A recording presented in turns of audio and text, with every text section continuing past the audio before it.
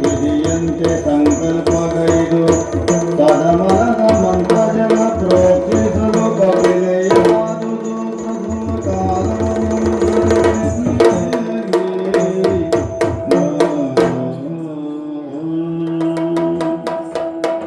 ಮಂತ್ರಜಲವನ್ನು ಮತ್ತೊಮ್ಮೆ ಅಭಿಮಂತ್ರಿಸಿ ಪ್ರೋಕ್ಷಿಸಿದ್ದೇ ತಕ್ಷಣ ನೋಡಿ ದ್ವಿಮುಖ ಗೋವಿನ ಸೃಷ್ಟಿಯಾಗಿದೆ. ಇದು ನಾರದೋಪದೇಶ ನನಗೆ. ಎಲ್ಲಿ ಆರಂಭ ಎಲ್ಲಿ ಅಂತ್ಯ ಅಂತ ವೃತ್ತದಲ್ಲಿಲ್ಲ. ಯಾವ ಬಿಂದುವಿನಿಂದ ಹೊರಡುತ್ತೇವೆ ಅದೇ ಬಿಂದುವಿಗೆ ಬರುತ್ತೇವೆ. ಇದು ಬ್ರಹ್ಮಾಂಡವು ಹಾಗೆ. ಅದು ಆಯತಾಕಾರವಲ್ಲ, ಅದು ಉದ್ದಾಗಲ ಅಲ್ಲ, ಬ್ರಹ್ಮಾಂಡ. ಒಂದು ಹಕ್ಕಿಯ ಹೊಟ್ಟೆಯಿಂದ ಬರುವ ಮೊಟ್ಟೆಯಂತೆ ಇದೆ. ಹಾಗಾದರೆ ಎಲ್ಲಿ ಆರಂಭ ಎಲ್ಲಿ ಅಂತ್ಯ ಅಂತ ಇಲ್ಲ. ಪ್ರಸವ ಸ್ಥಿತಿಯಲ್ಲಿರುವ ಅಥವಾ ಪ್ರಸವ ವೇದನೆಯಲ್ಲಿರುವ ಗೋವು ನೋಡಿ. ಆ ಕಡೆಯಿಂದ ನೋಡಿದ್ರೆ ಕರು ಹಾಕುವ ಗೋವಿನ ಮುಖ, ಈ ಕಡೆಯಿಂದ ನೋಡಿದ್ರೆ ತಾಯಿಯ ಹೊಟ್ಟೆಯಿಂದ ಹೊರಬರುವ ಗೋವಿನ ಮುಖ. ಹಾರಾಡುವ ಹಕ್ಕಿ, ಓಡಾಡುವ ಮೃಗ, ಹರಿದಾಡುವ ಹಾವು ಪ್ರಪಂಚದಲ್ಲಿ ಕೆಲವು ಮರಿಯನ್ನು ಕೊಡುತ್ತದೆ, ಕೆಲವು ಕರು ಹಾಕ್ತದೆ, ಕೆಲವು ಮೊಟ್ಟೆಯನ್ನು ಕೊಡುತ್ತದೆ. ಹೌದು. ಈ ಎಲ್ಲ ಪ್ರಾಣಿ ವರ್ಗಕ್ಕೆ ತಲೆ ಹೀಗೆ, ಮನುಷ್ಯನಿಗೆ ತಲೆ ಮೇಲೆ. ಯಾವುದಕ್ಕೆಲ್ಲ ತಾಯಿ ಹೊಟ್ಟೆಯಿಂದ ತಲೆ ಹೊರಗೆ ಬರ್ತದೆಯೋ ಅದು ವಿವೇಕ ಉಳ್ಳದ್ದು, ಜ್ಞಾನ ಉಳ್ಳದ್ದು, ಬುದ್ಧಿ ಉಳ್ಳದ್ದು. ಆದ ಕಾರಣ ಬುದ್ಧಿಯನ್ನು ಇಲ್ಲಿ ನಿಕ್ಷೇಪ ಮಾಡುತ್ತಾರೆ. ಹಾಗೆ ತಲೆಯಲ್ಲಿ ಹೊಡೆದಂತೆ ಉಳಿದ ಶರೀರದ ಭಾಗಗಳನ್ನು ಅನುಸರಿಸಬೇಕು. ಇದಕ್ಕಿಂತ ದೊಡ್ಡದೇನು ನನ್ನ ಭಾಗ್ಯ. ದ್ವಿಮುಖ ಗೋವುಗಳಿಗೆ ಪ್ರದಕ್ಷಿಣೆ ಬಂದ್ರೆ ಇದು ಭೂ ಪ್ರದಕ್ಷಿಣೆಯ ಫಲ. ಗೋ ಎಂಬ ಶಬ್ದಕ್ಕೆ ಭೂಮಿ ಅಂತ ಅರ್ಥ ಇದೆ, ಗೋ ಎಂಬ ಶಬ್ದಕ್ಕೆ ವೇದೋಪನಿಷತ್ತು ಅಂತ ಅರ್ಥ ಇದೆ, ಗೋ ಎಂಬ ಶಬ್ದಕ್ಕೆ ಹೌದಲ್ಲ ಗೋವಂತೂ ಅರ್ಥವಿದೆ. ಇದು ಅನಂತ ಅರ್ಥವುಳ್ಳಂತಹ, ಅನೇಕಾರ್ಥವುಳ್ಳಂತಹ ಶಬ್ದ ಮತ್ತು ಪ್ರಾಣಿಯೂ ಹೌದು. ಜಗತ್ತಲ್ಲಿ ಯಾವುದನ್ನು ಗೋವು ಪ್ರತಿನಿಧಿಸುವುದಿಲ್ಲ ಹೇಳಿ? ಎಲ್ಲವನ್ನು ಗೋವು ಪ್ರತಿನಿಧಿಸುವುದಿಲ್ವ? ಅದಕ್ಕೆ ಮಾತೃತ್ವ ಇದೆ, ಅದಕ್ಕೆ ತಾಯ್ತನ ಇದೆ. ಪ್ರಪಂಚದ ಯಾವ ಪ್ರಾಣಿಯ ಮರಿ ಇರಬಹುದು, ಕರು ಇರಬಹುದು, ಅದು ಹುಟ್ಟಿದಾಕ್ಷಣ ತಾಯಿ ಸತ್ತು ಹೋದ್ರೆ ಹಸುವಿನ ಹಾಲನ್ನು ಕುಡಿಸಿ ಅದು ಬದುಕುತ್ತದೆ. ಬೇಡ, ಶಿಶುವನ್ನು ಹೆತ್ತು ತಾಯಿ ಸಾಯಿಲಿ, ಆವಾಗ ಹಸುವಿನ ಹಾಲನ್ನು ಕುಡಿ ಬದುಕುತ್ತದೆ. ಪ್ರಪಂಚದಲ್ಲಿ ಗೋವಿನ ಕರುವಿಗೆ ಬೇರೆ ಯಾವ ಹಾಲನ್ನು ಕುಡಿಸಿದ್ರು ಗೋವಿನ ಕರು ಬದುಕುವುದು. ಇದಕ್ಕೆ ಬೇಕಾಗಿ ಗೋವು ಎಲ್ಲ ಪ್ರಾಣಿ ಪ್ರಪಂಚದಲ್ಲಿ ಮಾತ್ರ ಸ್ಥಾನದಲ್ಲಿರ್ತಾಳೆ. ಭೂಮಿಗಿಂತ ದೊಡ್ಡದು ಯಾವುದು ಅಂತ ಒಬ್ಬರು ಪ್ರಶ್ನೆ ಕೇಳಿದ್ರಂತೆ. ಆವಾಗ ಮಹಾಜ್ಞಾನಿ ಹೇಳಿದ, ಭೂಮಿಗಿಂತ ದೊಡ್ಡದು ತಾಯಿ. ಹಾಗಾದ್ರೆ ಗೋವಿಗಿಂತ ದೊಡ್ಡದು ಯಾವುದು ಪ್ರಪಂಚದಲ್ಲಿ? ಯಾವುದೂ ಇಲ್ಲ, ತಾಯಿ. ಅದಕ್ಕಾಗಿ ಮಂಗಳಾರತಿ ಮಾಡಿದ್ದೇನೆ, ಉಪಚಾರ ಮಾಡಿದ್ದೇನೆ. ಆ ಗೋವಿಗೆ ಪ್ರದಕ್ಷಿಣೆ ಬಂದ್ರೆ ಭೂ ಪ್ರದಕ್ಷಿಣೆ ಫಲ ಅಲ್ವಾ? ಗಾವೇ ಮಾತ್ರ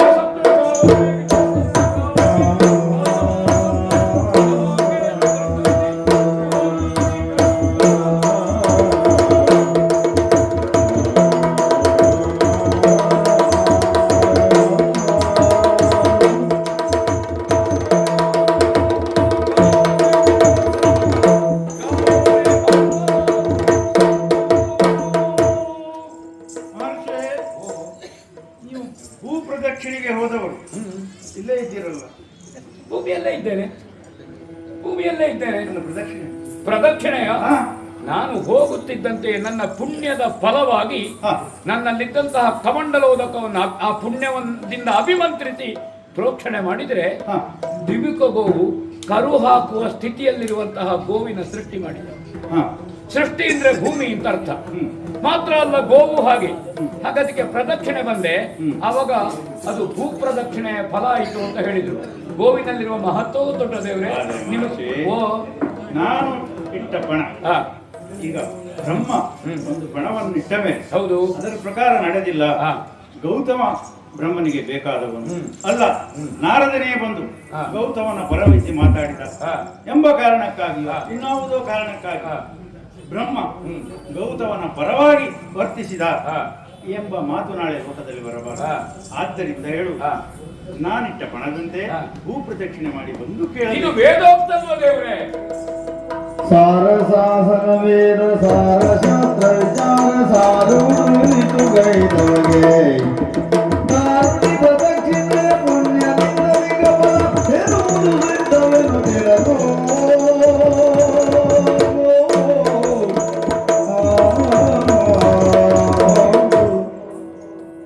ವೇದಗಳು ಜಗತ್ತಿನಲ್ಲಿ ಅರಣ್ಯದಲ್ಲಿ ಹುಟ್ಟಿದೆ. ಹಾ. ಹಾಗದ ಕಾರಣ ಆರಣ್ಯಕಗಳು ಗೋವು ಹಾಗೆ.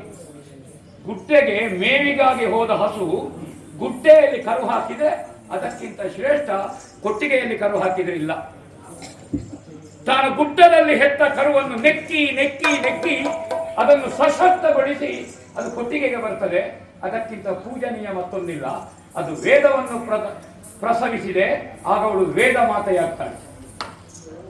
ಸ್ವಾಮಿ, ಗಾವೋ ಮೇ ಮಾತರ ಸಂತು ಗಾವೋ ಮೇ ಪಿತರ ಸಂತವು ಗೋ ವೃಷ ಪಿತರ ಸಂತವು. ಗೋವು ತಾಯಿಯೂ ಹೌದು, ಗೋವು ತಂದೆಯೂ ಹೌದು. ಅದು ಭಗವಂತನಿಗೆ ಮಾತ್ರ. ಭಗವಂತ ತಂದೆ ಆಗ್ತಾನೆ, ತಾಯಿ ಆಗ್ತಾನೆ, ಬಂಧು ಆಗ್ತಾನೆ, ಆಪನ್ ಬಂಧುವನಾಗ್ತಾನೆ. ಮನುಷ್ಯ ಎರಡು ಕೈಯಿಂದ ರಕ್ಷಿಸಬಹುದು. ಭಗವಂತನಿಗೆ ನಾಲ್ಕು ಕೈ ಇದೆ ರಕ್ಷಿಸುವುದಕ್ಕೆ. ಅದು ಗೋವಿನ ಸ್ಥಿತಿ.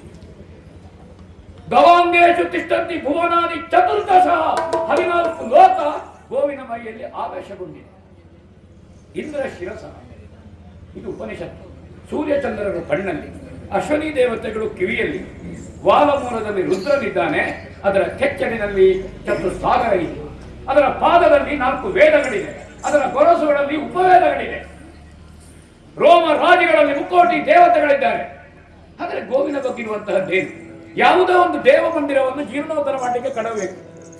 ಯಾವ ದೈವಜ್ಞನು, ಯಾವ ವೈದಿಕನು ಒಂದು ಹೌದಾ ಕಲ್ಲನ್ನು ಅಲ್ಲಾಡಿಸ್ಲಿಕ್ಕೆ ಒಪ್ಪುವುದಿಲ್ಲ, ಒಂದು ಹಂಚು ತೆಗೆಲಿಕ್ಕೆ ಒಪ್ಪುವುದಿಲ್ಲ. ಅವಾಗ ದೈವಜ್ಞ ಹೇಳ್ತಾರೆ, ಗೋವಿನ ಕುತ್ತಿಗೆಗೆ ಹಗ್ಗ ಕಟ್ಟಿ ಅದನ್ನು ಏಳಿರಿ. ಹಾಗೆ ದೇವ ಮಂದಿರ ಒಂದು ಕೆಡ ಹೋಗೋದಕ್ಕೆ ಬೇಕು. ಹೊಸ ದೇವ ಮಂದಿರದ ಪ್ರವೇಶಕ್ಕೆ ಗೋವು ಬೇಕು.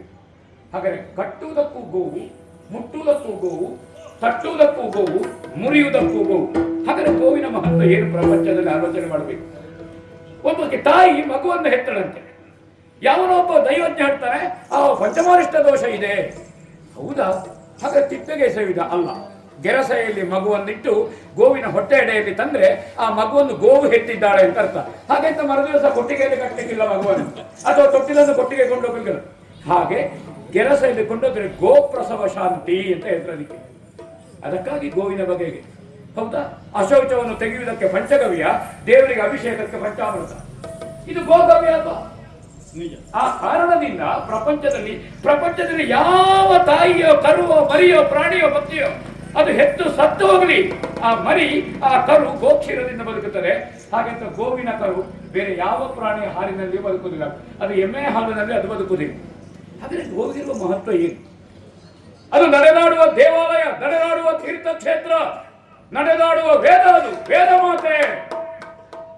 ಬ್ರಹ್ಮದೇವರೇ, ನಾನು ಸಮರ್ಥಿಸುವುದಲ್ಲ. ಹಾಗಾದರೆ ವೇದವಿಧನಾಗಿ ನಾವು ಯಾವುದನ್ನು ವೈದಿಕ ಪ್ರಜ್ಞೆಯಲ್ಲಿ ಒಪ್ಪಿದ್ದೇವೆ ಅದನ್ನು ನಾವು ಸ್ವೀಕರಿಸಬೇಕಲ್ಲ. ವಿವಾಹ ಎನ್ನುವುದು ಅದು ವ್ಯವಹಾರ ಅಲ್ಲ ಬ್ರಹ್ಮದೇವರೇ, ಅದು ಪವಿತ್ರ ಸಂಸ್ಕಾರ. ಮಾಂಗಲ್ಯ ಎನ್ನುವುದು ಉರುಳಲ್ಲ, ಅದು ರಕ್ಷಣೆಯ ಭರವಸೆ. ಹೌದು ತಾನೆ? ಅದಕ್ಕಾಗಿ ವೈದಿಕ ಪ್ರಜ್ಞೆಯಲ್ಲಿ ನಾನೇನು ಬ್ರಹ್ಮನನ್ನೇ ಪ್ರಾರ್ಥಿಸಿದ್ದು, 3 ಮೂರ್ತಿಗಳನ್ನು ಪ್ರಾರ್ಥಿಸಿದ್ದು ಬೇಡ. ಕೈಲಾಸಕ್ಕೆ ಹೋದರೆ ಶಿವನಿಗೆ ಏರುವುದಕ್ಕೆ ಒಂದು ಒಳ್ಳೆಯ ವಾಹನ ಸಿಗ್ತಿರಲಿಲ್ಲ. ಯಾಕೆ ಶಿವದೇವರು ದೇವವನ್ನು ವೃಷಭವನ್ನು ಏರಿದ ವೃಷಭಾರೂಢನಾದ?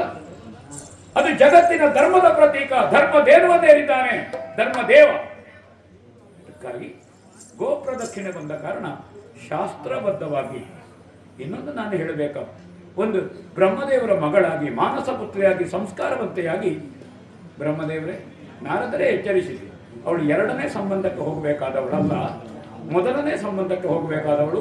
ನನ್ನ ಗೃಹಸ್ಥಾಶ್ರಮದ ಪಾವಿತ್ರತೆ, ಗೃಹಸ್ಥಾಶ್ರಮದ ಧನ್ಯತೆ, ಯಜ್ಞ ಯಾಗಗಳ ಕರ್ಮಕ್ಕೆ ನನಗೆ ಸಹಭಾಗಿನಿಯಾಗಿ. ಇದು ಕಾಮಕ್ಕಾಗಿ ಕೇಳುವುದಲ್ಲ, ಪುರುಷಾರ್ಥದಲ್ಲಿ ಧರ್ಮ, ಅರ್ಥ, ಕಾಮ 3ನೇ ಸ್ಥಾನ. ಹಾಗೆ ಧರ್ಮ ಮಾರ್ಗದಲ್ಲಿ ಅರ್ಥ ಸಂಪಾದನೆ, ವಿನಿಯೋಗವನ್ನು ಧರ್ಮ ಮಾರ್ಗದಲ್ಲಿ ಎನ್ನುವುದರಿಂದ ಅದೇ ಕಾಮ ಅರಿಷಡ್ವರ್ಗದಲ್ಲಿ ಬಂದರೆ ಮೊದಲು ಕಾಮ, ಕ್ರೋಧ, ಲೋಭ, ಮೋಹ, ಮದ, ಮತ್ಸರ. ಅದಕ್ಕೆ ಬೇಕಾಗಿ ಗೃಹಸ್ಥಾಶ್ರಮದ ಧರ್ಮ ಪಾಲನೆಗೆ ಪ್ರಜಾ ಸಂಪತ್ ಸ್ಥಿತಿಗಾಗಿ ಫಲ ಫಲ ಸರಿ ಸರಿ ನೀಗೈದಿರುವ ಕಾರ್ಯವಿದು ಪರಿಗಿಸಿದರೆ ನಿಗಮಾಗಮ. ಸರಿ ಸರಿ ನೀಗೈದಿರುವ ಕಾರ್ಯವಿದು ಪರಿಗಿಸಿದರೆ ನಿಗಮಾಗಮ. ಧರಣಿಯ ಧರಿಸುತ್ತ ಬರುವುದ ಕಿಮ್ಮಡಿ ತೊರೆದು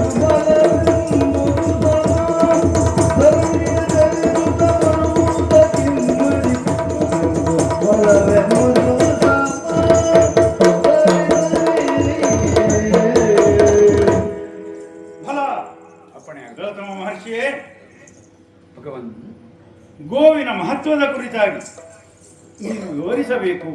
ಈ ಸತ್ಯಲೋಕದಲ್ಲಿ ಗೋವಿನ ಮಹತ್ವ ಏನೆಂಬುದನ್ನು ನೀನು ವಿವರಿಸಿದರೆ ತನ್ಮೂಲಕ ಲೋಕಲೋಕಾಂತರಗಳಲ್ಲಿ ಇದರ ಸ್ಪಷ್ಟತೆಯ ಅರಿವಾಗಬೇಕು.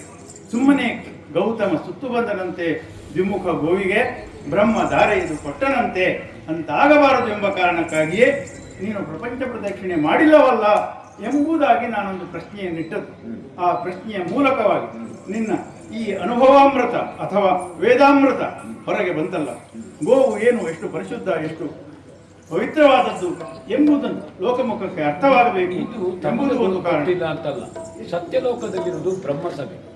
ಆ ಬ್ರಹ್ಮಸಭೆಗೆ ಯಾವನೊಬ್ಬ ಗೌತಮ ಗಡ್ಡ ಬಿಟ್ಟು ಬಂದ, ಹೌದಾ, ಕಪ್ಪು ಗಡ್ಡ ಚಂದ ಕಾಣ್ತಾ ಇದ್ದಾನೆ, ಈ ಮಗಳನ್ನನ್ನು ಸಾಗಾಗುವಂತ ಬ್ರಹ್ಮ ಕೊಟ್ಟದ್ದು ಅಂತಲ್ಲ, ಅರ್ಹತೆ ಇದ್ದವನಿಗೆ ಕೊಡಬೇಕು. ನಿಜ, ಹೌದಾ? ನನ್ನ ಉದ್ದೇಶವೇ ಹಾಗಲ್ವೇ, ಪ್ರಾರಂಭಿಸಿದ್ದೆ ಅಲ್ಲಿಂದ. ಹಾಗಾಗಿ ಮುನಿಯೇ ಪ್ರಸನ್ನನಾಗಿ ನನ್ನ ಮಗಳನ್ನು ನಿನಗೆ ಧಾರೆ ಎರೆದು ಕೊಡು.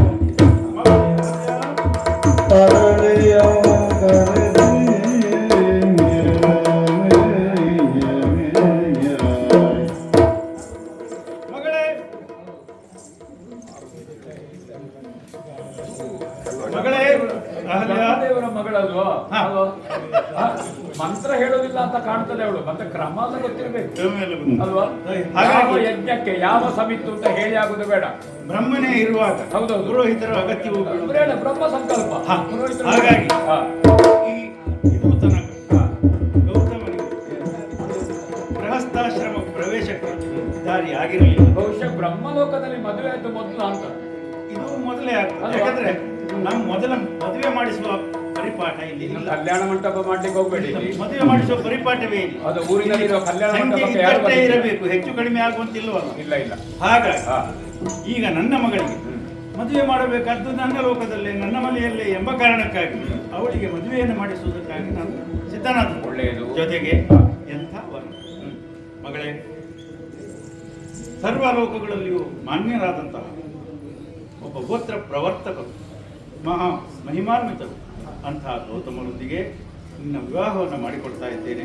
ಆದ್ದರಿಂದ ಕಿಂಚಿತ್ತು ನೀನು ಯಾವುದೇ ರೀತಿಯ ಶಂಕೆ ಇಟ್ಟುಕೊಳ್ಳಬೇಡ, ಯಾವುದೇ ರೀತಿಯ ತೊಂದರೆಯು ಬಾರದ ಹಾಗೆ ನಿನಗೆ ಎಲ್ಲ ಅನುಗ್ರಹವನ್ನು ಮಾಡ್ತೇನೆ. ಗೌತಮನಿಯೇ, ನಿಮ್ಮ ಗೃಹಸ್ಥಾಶ್ರಮ ಎಲ್ಲವೂ ಒಳ್ಳೆಯದಾಗಲಿ. ಪರಮರುಷದಿ ಮಾಲೆ ಮಾಲೆಯನಿಗೆ ಮುನಿಪತಿಯು ಸಂತಸದಿ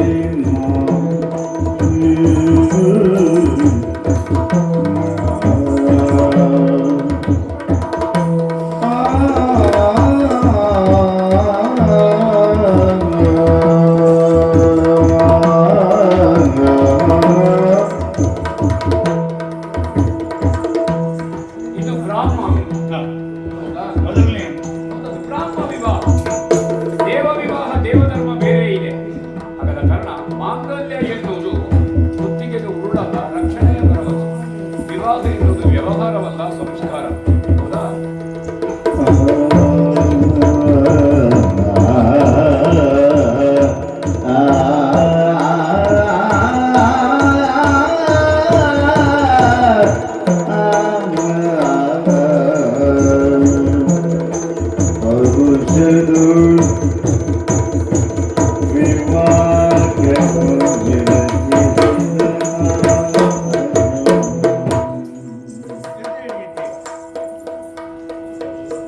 ಎರಗಲವರಂ ಬರಸಿ ಸುಖವಾಗಿರುವುದು.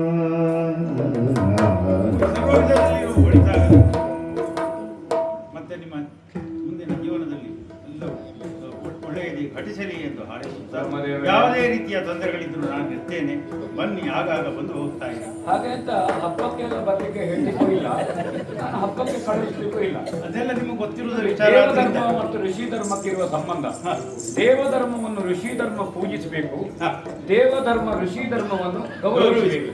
ನಾವು ಪೂಜಿಸಲಿಕ್ಕಿರುವುದು, ತಾವು ಗೌರವಿಸಲಿಕ್ಕಿರುವುದು. ಅಲ್ಲಿ ಇದ್ದುಕೊಂಡೇ ಯಜ್ಞದ ಮೂಲಕವಾಗಿಯೋ ಬ್ರಹ್ಮಾರ್ಪಣದ ಮೂಲಕವಾಗಿಯೋ ತಪಸ್ಸಿನ ಮೂಲಕವಾಗಿಯೋ ಸದಾ ಸತ್ಯಲೋಕದಲ್ಲಿ ನಾವು ಇರ್ತೇವೆ. ನಾವು ಆಶೀರ್ವಾದ ಮಾಡಬೇಕು. ನೀವು ದೇಹವನ್ನು ಒಂದೇ ಬರಬೇಕಾದ ಅಗತ್ಯ ಇದೆ. ಒಳ್ಳೆಯದು ಒಳ್ಳೆಯದು ಒಳ್ಳೆಯದು.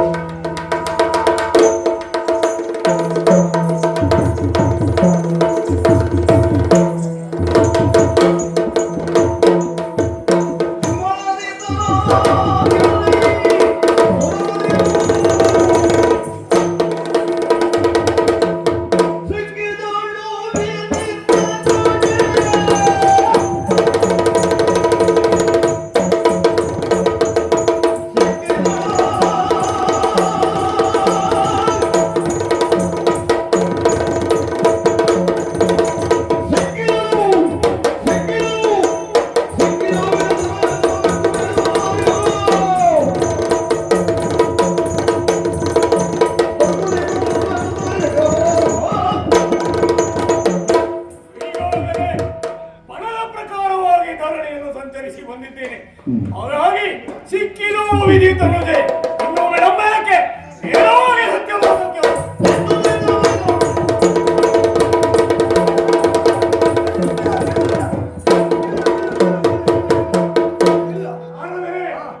ಸತ್ಯವಾದಕ್ಕೆ ಹೋಗ್ತಾ ಇದ್ದೆ.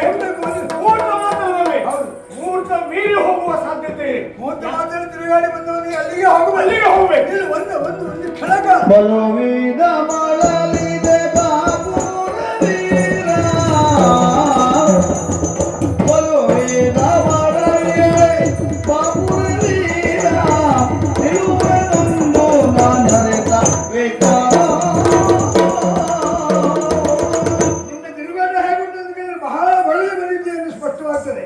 ತಿರುಗಾಟಕ್ಕೆ ಸರಿಯಾದಂತಹ ಪ್ರತಿಫಲನೆಗೆ ಸಿಗಬೇಕಿತ್ತು. ಸಿಗುತ್ತದೆ. ಈಗ ಪಣದಂತೆ ಬಂದಿದ್ದೀನಲ್ಲ, ಅದನ್ನೇ ಹೇಳುವುದಕ್ಕೆ ನಿನ್ನನ್ನು ನಿಲ್ಲಿಸಿಕೊಂಡಿದ್ದೆ.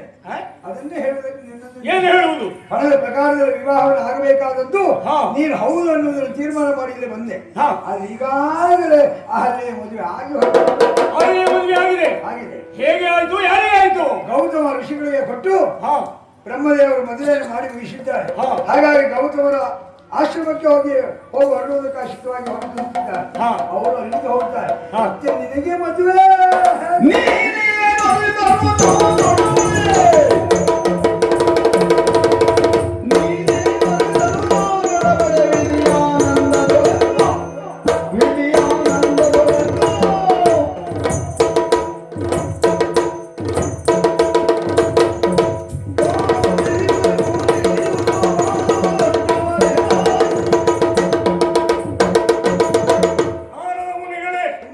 ನೀವು ಏನೇ ಹೇಳಿ ಪಂಥದ ಪ್ರಕಾರವಾಗಿ ಗೆದ್ದವನು ನಾನು, ಇದನ್ನು ಬಿಡಲಾರೆ.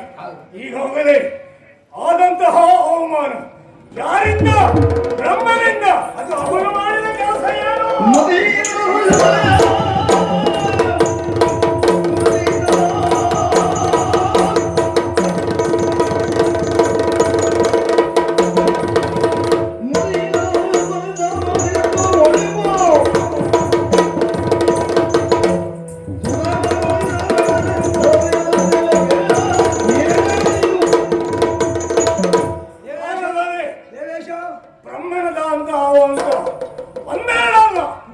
ದೇವಲೋಕಕ್ಕೆ ತೊಂದರೆಯಾಗುವುದಕ್ಕೆ ಮೂಲ ಕಾರಣ ಬ್ರಹ್ಮದೇವ. ಮತೇನರನ್ನ ಸೃಷ್ಟಿ ಮಾಡುತ್ತಾನೆ, ತಪಸ್ಸನ್ನು ಮೆಚ್ಚಿಸಿ ಬ್ರಹ್ಮದೇವನಿಗೆ ವರವನ್ನು ಕೊಡುತ್ತಾನೆ. ಬ್ರಹ್ಮದೇವರಿಂದ ವರಮಾನ್ವಿತರಾಗಿರುವಂತಹ ರಾಕ್ಷಸಾದಮರು ದೇವಲೋಕಕ್ಕೆ ಬಂದು ನಮಗೆ ತೊಂದರೆಯನ್ನು ಕೊಡ್ತಾರೆ. ಹಾಗಾಗಿ ನಿತ್ಯವೂ ನಮಗೆ ತೊಂದರೆಯನ್ನು ಕೊಡುವಂತಹ ಆ ಬ್ರಹ್ಮದೇವ ಈಗಲೂ ನಮ್ಮ ಯೋಗ್ಯತೆಗೆ ಮಾರಕವಾಗುವಂತಹ ರೀತಿಯಲ್ಲಿ ವರ್ತಿಸಿದ್ದಾನೆ. ನಿನ್ನ ಆಸೆ ಬರಲಾಯಿತು ಅಂತ ಮತ್ತೆ ಹೇಳಿ ನಾರಾದರೆ ನೀವು ಏನೇ ಹೇಳಿ ಬಿಡುವವ ನಾನಲ್ಲ.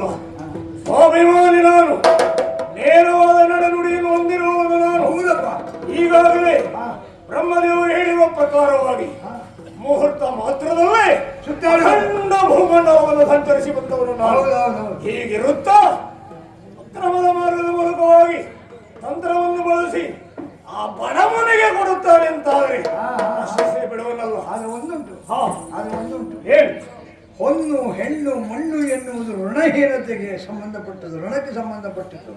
ಯಾರಿಗೆ ಋಣ ಉಂಟೋ ಅದು ಅವರಿಗೆ ಲಭ್ಯವಾಗ್ತದೆ. ಬಹುಶಃ ಸುತ್ತಾಡಿ ಬಂದ ನಿನ್ನ ಪಾಲಿಗೆ ಅದು ಋಣಹೀನನಾಗಿದ್ದೀನಿ. ಮಹರ್ಷಿಗಳೇ, ಹಾಗಾಗಿ ಒಂದು ಹೇಳೆ, ನೀವು ಹೇಳಿದ ಹಾಗೆ ಅಕ್ರಮದ ಮಾರ್ಗವನ್ನು ಅನುಸರಿಸಿ ನನ್ನನ್ನು ಮೋಸಪಡಿಸಿದ್ದಾರೆ ಅಂತಾದ ಮೇಲೆ ಬಿಡುವವ ನಾನಲ್ಲ. ಹೇಗೆ ಯುಕ್ತಿ ಮಾರ್ಗದ ಮೂಲಕವಾಗಿ ಅಹಲ್ಯೆಯನ್ನು ನನ್ನಿಂದ ದೂರ ಮಾಡಿ ಆ ಗೌತಮ ಮದುವೆಯಾಗಿದ್ದಾನೋ, ಒಂದಲ್ಲ ಒಂದು ದಿನ ಇದೇ ಯುಕ್ತಿ ಮಾರ್ಗವನ್ನು ಅನುಸರಿಸಿ ಅಹಲ್ಯೆಯನ್ನು ನಾನು ನೆರೆಯದಿದ್ದರೆ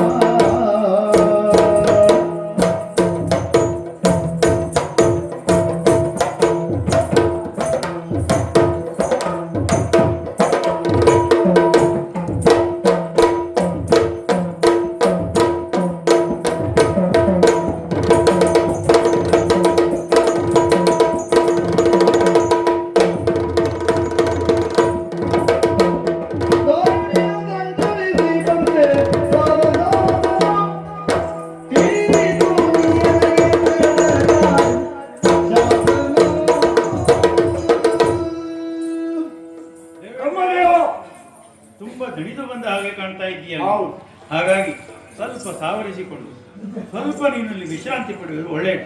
ಇದು ವಿಶ್ರಾಂತಿ ಪಡೆಯುವ ಸಮಯ ಅಲ್ಲ, ಪ್ರಪಂಚ ಪ್ರದಕ್ಷಿಣೆ ಮಾಡಿ ಬಂದಿರಬೇಕು ಅಂತ, ಹಾಗಾಗಿ ವಿಶ್ರಾಂತಿಗೆ ಹೇಳಿದ್ದೆ.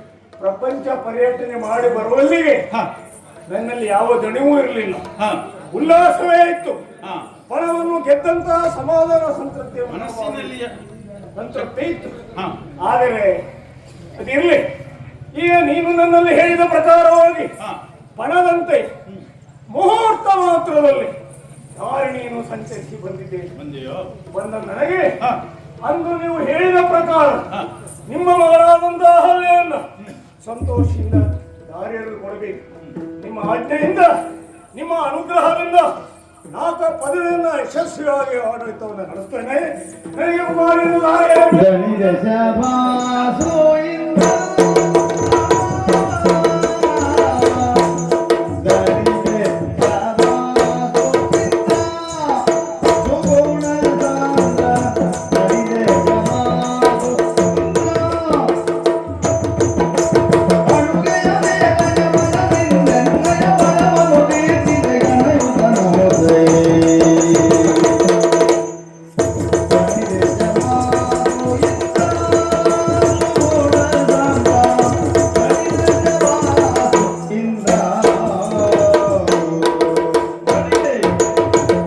ದೇವೇಂದ್ರ, ಬ್ರಹ್ಮದೇವ. ಬಳಿರೆ, ಹಾ, ನೀನು ಮುಹೂರ್ತದಲ್ಲಿ ಹೌದು. ಇಳೆಯನ್ನು ಸುತ್ತುವರೆದು ಬಂದಿದ್ದೀಯ.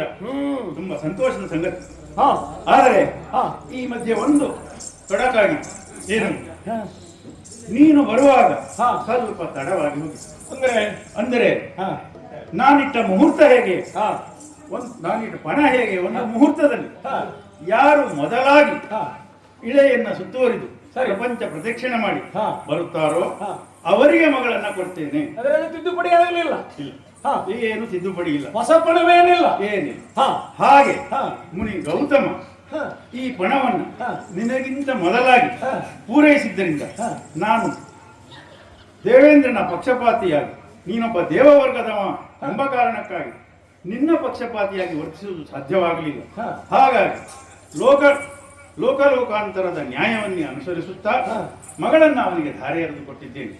ಋಣಾನುಬಂಧೆಯ ರೂಪೇನ ಸತಿಸುತಾಲಯ ಎಂಬ ಮಾತಿನಂತೆ ದೇವೇಂದ್ರ, ಹಾ. ಇವೆಲ್ಲವೂ ಹಾ. ಪುಣ್ಯ ಫಲ ಇದ್ದ ಹಾಗೆ ಆಗ್ತದೆ. ಆದ್ದರಿಂದ ಇದರ ಬಗ್ಗೆ ಚಿಂತೆ ಮಾಡಬೇಡ. ಗೌತಮ ಗೆದ್ದದ್ದು ನಾಗದಲ್ಲಿರುವ ಹೇಗೆ? ದೇವರುಗಳನ್ನ ಪಾಲಿಸಿಕೊಂಡು ಸುಖವಾಗಿ ಇರು. ಅಲ್ಲ, ಗೌತಮ ಗೆದ್ದದ್ದು ಹೇಗೆ ಈ ಪಣದಲ್ಲಿ? ಅವನು ಪ್ರಪಂಚ ಪ್ರದಕ್ಷಿಣೆ ಮಾಡಿದ್ದಾನೆ ಅಂತ. ಪ್ರಪಂಚ ಪ್ರದಕ್ಷಿಣೆಯನ್ನು ಮಾಡಿದ್ದಾನೆ ಅಂದರೆ ಹಾ, ಪ್ರತ್ಯಾಮ್ನಾಯ ಅಂತ ಒಂದಿರ್ತದೆ. ಹಾ, ಆ ಪ್ರತ್ಯಾಮ್ನಾಯ ವಿಧಿಯನುಸಾರ ಹಾ, ಒಂದು ವೇಳೆ ಅದನ್ನೇ ಮಾಡುವುದಕ್ಕೆ ಆಗದಿದ್ರೆ ಹಾ. ಅದಕ್ಕೆ ಸರಿಸಮಾನವಾದ ಹಾ. ಅಥವಾ ಅದಕ್ಕಿಂತ ಹೆಚ್ಚಿನದ್ದಾದಂತಹ ಪಣವನ್ನು ಪೂರೈಸಿದ್ರೆ ಹಾ, ಆಗ ಅದು ಪೂರೈಸಿದ ಹಾಗೆ ಆಗ್ತದೆ. ಹಾ. ಈಗ ಇವನು ಮಾಡಿದ್ದು ಹೇಗೆ? ಏನು? ದ್ವಿಮುಖ ಗೋವನ್ನು, ಅಂದರೆ ಹಾ. ಪ್ರಸವಿಸುತ್ತಿರುವ ಗೋವು, ಹಾ. ಪ್ರಸವಿಸುವ ಗೋವಿನ ಮುಖ ಒಂದು ಕಡೆ, ಹ್ಮ್. ಆ ಗೋವಿನ ಕರುವಿನ ಮುಖ ಇನ್ನೊಂದು ಕಡೆ. ಹಾ. ಹೀಗೆ ದ್ವಿಮುಖ ಗೋವನ್ನು ಹಾ. ಯಾರು ಪ್ರದಕ್ಷಿಣೆ ಬರ್ತಾರೋ ಪ್ರಸವಿಸುತ್ತಿರುವ ಕಾಲದಲ್ಲಿ ಅದು ಪ್ರಪಂಚ ಪ್ರದಕ್ಷಿಣೆಗೂ ಮಿಗಿಲಾದದ್ದು ಹಾ. ಎಂಬ ಹಾಗೆ ಧರ್ಮಶಾಸ್ತ್ರಗಳು ಹೇಳುವುದರಿಂದ ಹಾ. ಅದನ್ನು ಅಲ್ಲಗಲಿಯುವುದಕ್ಕೆ ಆಗುವುದಿಲ್ಲ. ಹಾಗಾಗಿ ಅವನಿಗೆ ಮದುವೆ ಮಾಡಿಕೊಟ್ಟಿದ್ದೀನಿ. ಧರ್ಮಶಾಸ್ತ್ರದ ನಿಯಮ ಪ್ರಕಾರವಾಗಿ ಹಾ. ವೈದಿಕ ನಿಯಮವನ್ನು ಅನುಸರಿಸಿ ಪಂಥದಲ್ಲಿ ಗೆದ್ದಂತಹ ಗೌತಮ ನಿಯಮಗಳನ್ನು ಧಾರಿಸಿದ್ದು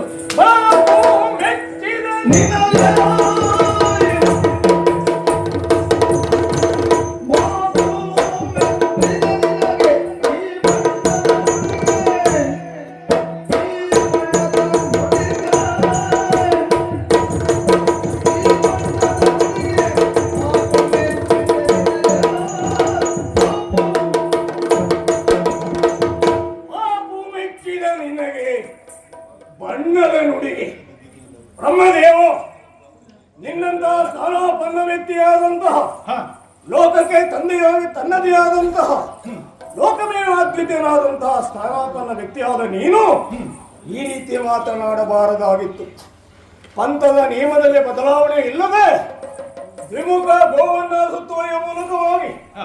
ಪಂಥದಲ್ಲಿ ಗೆದ್ದಿದ್ದಾನೆ ಬ್ರಹ್ಮದೇವ. ಇದಕ್ಕೆ ಬಣ್ಣದ ಮಾತು ಅಂತ ಕರೀತಾರೆ. ನೀನು ಹೇಳ್ತಾ ಇದ್ದೀಯ ಹಾಗಲ್ಲ, ಹಾ.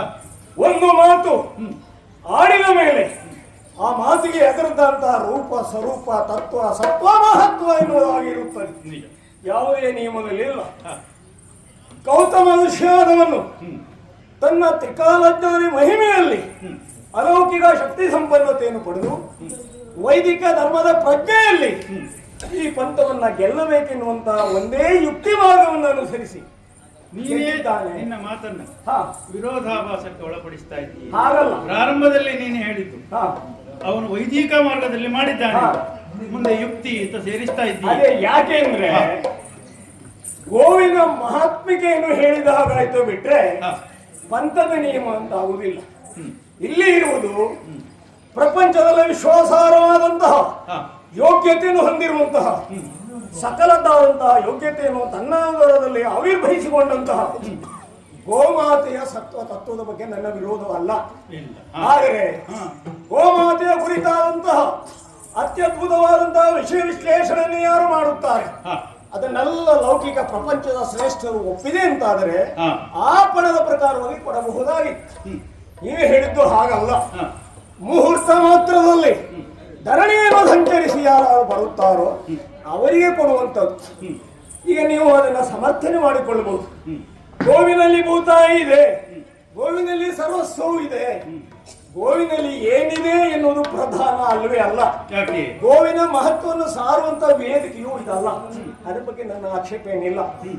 ಎಲ್ಲದಕ್ಕಿಂತ ಹೆಚ್ಚಾಗಿ ಹಾ. ನಿನ್ನ ಮಾತು ನಿಮ್ಮಂತವರು ಆಡುವಂತಹ ಮಾತಾಗಲಿಕ್ಕೆ ಸಾಧ್ಯತೆ ಇಲ್ಲ. ಆಡಿನ ಮಾತಿನ ಪ್ರಕಾರವಾಗಿ ಪಂಥವನ್ನು ಜಯಿಸಿ ಅಂತ ನನಗೆ ನಿನ್ನ ಮಗಳ ಅಂತ ಏನು ಕೊಡು. ಲೋಕೇಶನಿಂದ ನೀ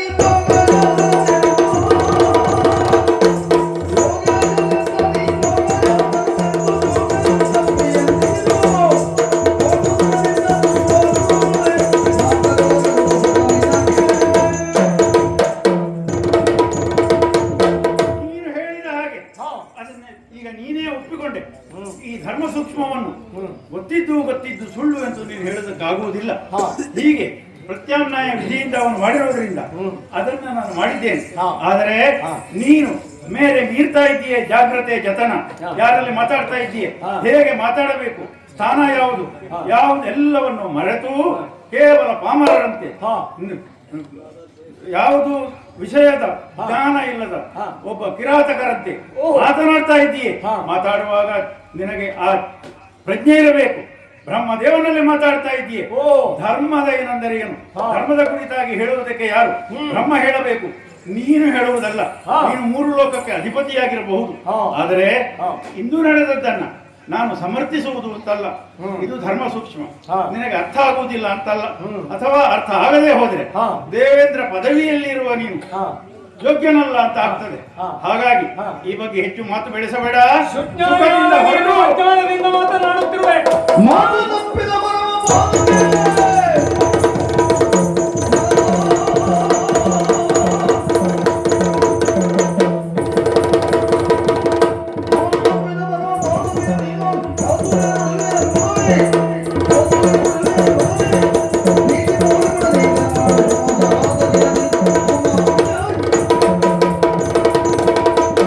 ಬ್ರಹ್ಮದೇವ ಮಾತು ತಪ್ಪಿದ ಪರಮ ಪಾತುಕೆ ನೀನು.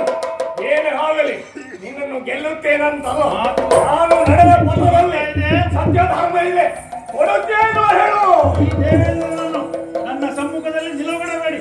ಇವನನ್ನು ನಾಶ ಮಾಡುವ ಇಚ್ಛೆ ನನಗಿಲ್ಲ. ಯಾಕೆ? ನಮ್ಮ ದೇವವರ್ಗದವರು ಇವನನ್ನು ಕೊಟ್ಟು ಹೋಗಿರಿ. ನನ್ನನ್ನು ನೂಕು.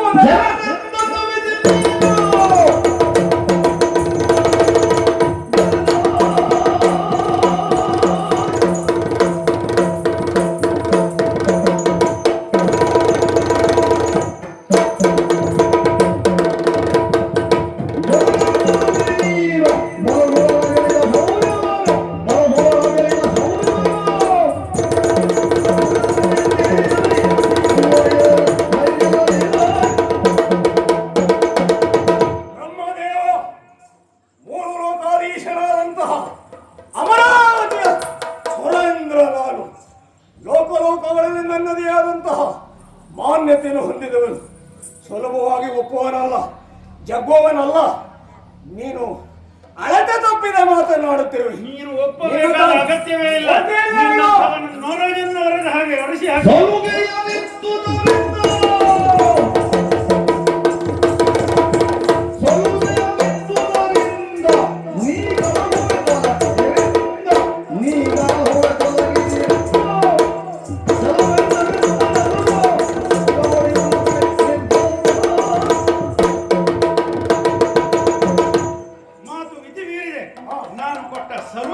ಆಯಿತು. ಅಲ್ಲದೆ ಹೋದರೆ ನೀನು ಯಾವುದೇ ಒಂದು ಧರ್ಮ ರೀತಿಯ ಮಾತನಾಡದೆ ಕೇವಲ ನನ್ನನ್ನು ಬ್ರಹ್ಮದೇವನನ್ನು ನಿಂದಿಸ್ತಾ ಇದ್ದೀಯೇ ಮೂರ್ಖ. ನಿನ್ನನ್ನು ಕೊಂದು ಕಳೆಯುವುದು ನಾಶಪಡಿಸುವುದು ನನಗೆ ದೊಡ್ಡದಲ್ಲ. ಆದರೆ ಉದ್ದೇಶ ಏನು? ದೇವವರ್ಗಕ್ಕೆ ಸೇರಿದವನಾದ್ರಿಂದ ನಿನ್ನನ್ನು ಅಷ್ಟಕ್ಕೆ ಬಿಡಬೇಕು ಎಂದು ನಿನ್ನನ್ನು ಹೊರನೂಕಿಸಿದೆ. ಆದರೆ ಅಲ್ಲಿಗೂ ನಿನಗೊಂದು ಜಾಯಮಾನ ಉಂಟು. ಎಲ್ಲವೂ ಸರಿಯಾಗಿದ್ರೆ ನಿನಗಾಗುವುದಿಲ್ಲ. ದೇವಲೋಕದಲ್ಲಿ ಯಾರ ಉಪಟಳ ಇಲ್ಲ ಅಂತ ಆದ್ರೆ ನೀನು ಸುಮ್ಮನಿರುವುದಿಲ್ಲ. ಏನಾದರೂ ಒಂದು ಮೈ ಮೇಲೆ ಎಳೆದುಕೊಳ್ಳುವಂತ ಚಾಳಿ ನಿನ್ನದ್ದು. ಹಾಗಾಗಿ ನೀನು ಸುಖವಾಗಿ ಇರಬೇಕಾದ ಸಂದರ್ಭದಲ್ಲಿ ಈ ಒಂದು ವ್ಯಾಜ್ಯವನ್ನು ಕೈಗೆತ್ತಿಕೊಂಡು ನನ್ನಿಂದ ನಾಶ ಹೊಂದುವ ಸ್ಥಿತಿಗೆ ಬಂದಿದೆಯಾ?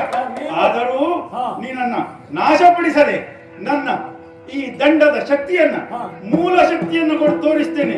ನೀವೆಲ್ಲ ಇದುವರೆಗೆ ಏನು ಮೆರೆದಾಡಿದ್ದೀರಿ ಇದು ನಮ್ಮ ತ್ರಿಮೂರ್ತಿಗಳ ಮೂಲ ಶಕ್ತಿಯ ಪ್ರತಿಫಲನ ಮಾತ್ರ.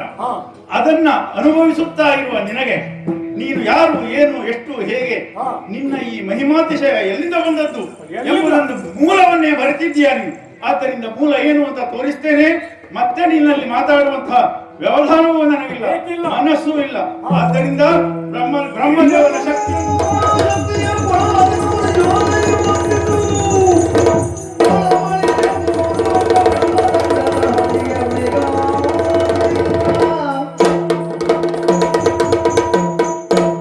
ಇಂದ್ರ ನಮ್ಮವನು ಎಂಬ ಕಾರಣದಿಂದಲೇ ಇದುವರೆಗೂ ತಡೆದದ್ದಾಯಿತು.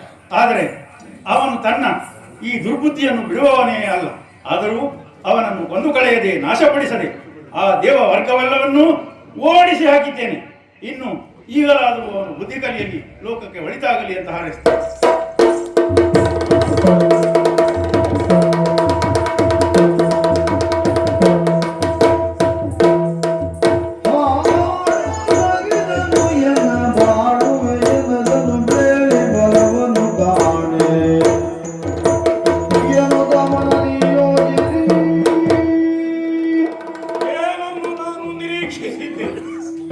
ಏನಾಗಿ ಹೋಯಿತು? ಮೂರು ಲೋಕಗಳಲ್ಲಿ ಆಧಿಪತ್ಯದಿಂದ ವಿರಾಜಮಾನನಾದಂತಹ ತ್ರಿವಿಷ್ಣುವ ಪೀಠವನ್ನೇರಿ ವಿಜೃಂಭಿಸಿದಂತಹ ಈ ದೇವೇಂದ್ರನ ಸ್ವಾಭಿಮಾನಕ್ಕೆ ಧಕ್ಕೆಯಾಗುವಂತಹ ರೀತಿಯಲ್ಲಿ ಇವರೆಲ್ಲ ಸೇರಿ ಯುಕ್ತಿ ಮಾರ್ಗದ ಮೂಲಕವಾಗಿ ನನಗೆ ವಂಚನೆ ಮಾಡಿದ್ದಾರೆ ಎನ್ನುವುದು ಸ್ಪಷ್ಟ. ಹಾಗಾದರೆ ಬ್ರಹ್ಮದಂಡದ ಹತೆಯನ್ನ ತಡೆಯಲಾಗದೆ ನಮ್ಮ ದಿಕ್ಪಾಲಕ ವರ್ಗದವರೆಲ್ಲ ನಿಬ್ಬೆರಗಾಗಿ ಹೋಗಿದ್ದಾರೆ, ದಣಿದಿದ್ದಾರೆ, ಸೋತಿದ್ದಾರೆ. ಹಾಗೆಂತ ಮುಂದೇನು ಮಾಡಬೇಕು ಅಂತ ನಮ್ಮವರಲ್ಲಿ ಚರ್ಚೆಯನ್ನು ಮಾಡಿದೆ, ಸಮಾಲೋಚನೆಯನ್ನು ಮಾಡಿದೆ. ಸಮಾಲೋಚನೆಯ ಫಲಶ್ರುತಿಯಾಗಿ ಅದರ ಸಾಧಕ ಬಾಧಕ ಎಲ್ಲವನ್ನು ವಿಚಾರಿಸಿ ನೋಡಿದಾಗ ನಮ್ಮವರೆಲ್ಲ ಹೇಳಿದರು, ಸುರಪಾಲ ಇನ್ನೂನಾಗಬೇಡ, ಅಧೇನಾಗಬೇಡ. ಯಾವುದನ್ನು ಶಕ್ತಿಯಿಂದ ಸಾಧಿಸಲಿಕ್ಕೆ ಸಾಧ್ಯವಾಗಲಿಲ್ಲವೋ ಅದನ್ನು ಯುಕ್ತಿಯಿಂದ ಸಾಧಿಸೋಣ. ಅದಕ್ಕೆ ನಮ್ಮವರೆಲ್ಲರದ ಹಂಬಲವೂ ಇದೆ, ಬೆಂಬಲವೂ ಇದೆ ಅಂತ ಹೇಳಿದ್ರು. ಸಂತೋಷ ಆಯಿತು. ನನ್ನ ಪರಾಭವಕ್ಕೆ ಕಾರಣ ಯುಕ್ತಿ ಮಾರ್ಗವನ್ನ ಅನುಸರಿಸಿದ್ದು. ಅದೇ ಯುಕ್ತಿ ಮಾರ್ಗವನ್ನ ಅನುಸರಿಸಬೇಕಾದದ್ದು ನನ್ನ ಕರ್ತವ್ಯ. ನಮ್ಮ ದಿಕ್ಪಾಲಕರಲ್ಲಿ ಹೇಳಿದ್ದಾನೆ, ಅಂದ ನಾರದ ಮುನಿಗಳಲ್ಲಿ ನಾನು ಶಪಥವನ್ನು ಮಾಡಿದ್ದೇನೆ. ಒಂದಲ್ಲ ಒಂದು ದಿನ ಯುಕ್ತಿ ಮಾರ್ಗದ ಮೂಲಕವಾಗಿ ಗೌತಮನನ್ನ ವಂಚಿಸಿ ಆಳ್ಯೆಯನ್ನು ನಾನು ಬೆರೆಯುತ್ತೇನೆ ಎನ್ನುವುದಾಗಿ ಆಡಿದ ಮಾತಿನಂತೆ ಮಾಡಲೇಬೇಕಾಗಿದೆ. ಅದಕ್ಕೆ ಹೊಂದಿಕೆಯಾಗಿ ನಮ್ಮವರೆಲ್ಲ ಹೇಳಿದ್ದಾರೆ ಏನು ಮಾಡಬೇಕು ಅಂತ. ನಾವೆಲ್ಲ ಸೇರಿ ಗೌತಮನ ಆಶ್ರಮಕ್ಕೆ ಬರ್ತೇವೆ. ಗೌತಮನ ಆಶ್ರಮಕ್ಕೆ ಬಂದು ಬೆಳಗಾಯಿತು ಎನ್ನುವಂತಹ ಕೃತಕವಾದಂತಹ ಪರಿಸರವನ್ನು ನಿರ್ಮಾಣ ಮಾಡುತ್ತೇವೆ. ನಮ್ಮವರಾದಂತಹ ಮರುತ, ವಾಯು, ಅಗ್ನಿ, ವರುಣ ಮುಂತಾದವರನ್ನು ಕೂಡಿಸಿಕೊಂಡು ಬಂದು ಪೂರಕವಾದ ಸನ್ನಿವೇಶವನ್ನು ನಿರ್ಮಾಣ ಮಾಡಿ ಭಗವಾಯಿತು ಎನ್ನುವ ಸನ್ನಿವೇಶವನ್ನು ಸೃಷ್ಟಿ ಮಾಡಿ ಗೌತಮನು ನದಿಯೊಂದಿಗೆ ನಿತ್ಯೋನ್ನಿತವನ್ನು ಮಾಡುವುದಕ್ಕೆ ಹೋಗುವಂತ ಸನ್ನಿವೇಶ ಸೃಷ್ಟಿ ಮಾಡ್ತಾನೆ. ಆ ನಂತರ ಯುಕ್ತಿ ಮಾರ್ಗದ ಮೂಲಕವಾಗಿ ಅಲ್ಲಿ ನಾನು ವಶಪಡಿಸಿಕೊಡ್ತೇನಂತೆ. ಇದೇ ಸರಿಯಾದ ಮಾರ್ಗ, ಇದೇ ಸರಿಯಾದ ಮಾರ್ಗ.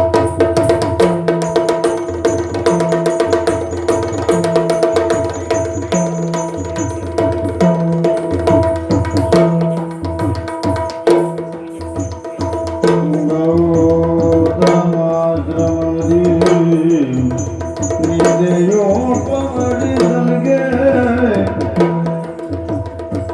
ಕೊಕ್ಕೊ ಎಂದು ಕುಕ್ಕುಟ ಕೂಗಿತು ದಿಕ್ಕೆಲ್ಲ ಕೇಳುವಂತೆ ತೊಂದುತು ದಿಕ್ಕೆಲ್ಲ ಕೇಳುವಂತೆ ತೊಂದುತು ಈ ಪರಿಯು ಕೋಳಿಯ ಧ್ವನಿಯ ಮಾವನ ಕೇಳುತ್ತೆದ್ದು ಕುಳಿತ ಜನೋ ನಲ್ಲನನು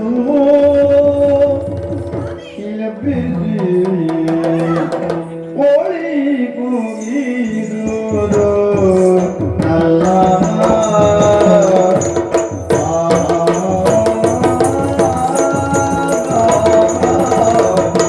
ಕೋಳಿ ಕೂಗಿದುದು ನಲ್ಲ ಏಳೆನ್ನ ನಲ್ಲ ಕೋಳಿ ಕೂಗಿದುದು ನಲ್ಲ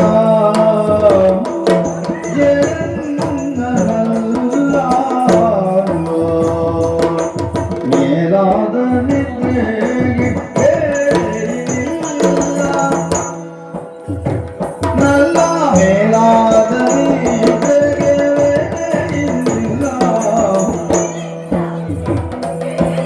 ಕಾಲ ಕಾಲಕ್ಕೂ ಎಚ್ಚರಗೊಳ್ಳಲು ಹೋಗಿಯೇ ನದಿಗೆ ಹೋಗುವ ಕಾಲದಲ್ಲಿರುವುದ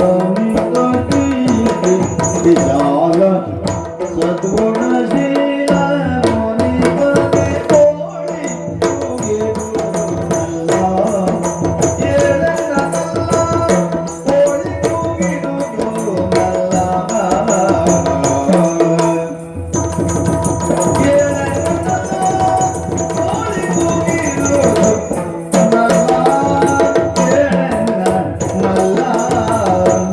ಏನು ಆಶ್ಚರ್ಯವಿದು? ಭ್ರಾಮೆ ಮುಹೂರ್ತ ಸಹಿತವಾಗುತ್ತಿದ್ದಂತೆ ಇಷ್ಟು ವರ್ಷಗಳ ಕಾಲ ನೋಡುತ್ತಾ ಇದ್ದೇನೆ. ನಮ್ಮವರು ತಾವಾಗಿ ಎದ್ದು ನರ್ಮದೆಯ ತೀರಕ್ಕಾಗಿ ಹೋಗಿ ನಿತ್ಯಾನಿಗಳನ್ನೆಲ್ಲ ಮುಗಿಸಿ ಆ ಸೂರ್ಯದೇವನಿಗೆ ಅರ್ಘ್ಯವನ್ನು ಕೊಡುವವರು. ಆದ್ರೆ ಇನ್ನು ನೋಡ್ತಾ ಇದ್ದೇನೆ, ಕೋಳಿ ಕೂಗಿದ್ದು ಕೇಳಿಸಲಿಲ್ವಾ? ಹೇಗೆ ಇವರಿಗೆ ದೈನಿತ್ಯ ಮಾಡುವವರಲ್ವಾ?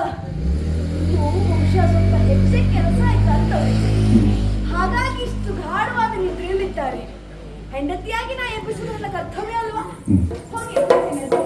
ರಮಣ, ಸ್ವಾಮಿ, ಓಯ್, ಎದ್ದೇಳಿ. ವನಜಮುಗಿ ತೆರರಿ ಕಾಂತನು ರಮಣ, ತನುವನಕು ತೆಚ್ಚರಗೊಳಿಸೆ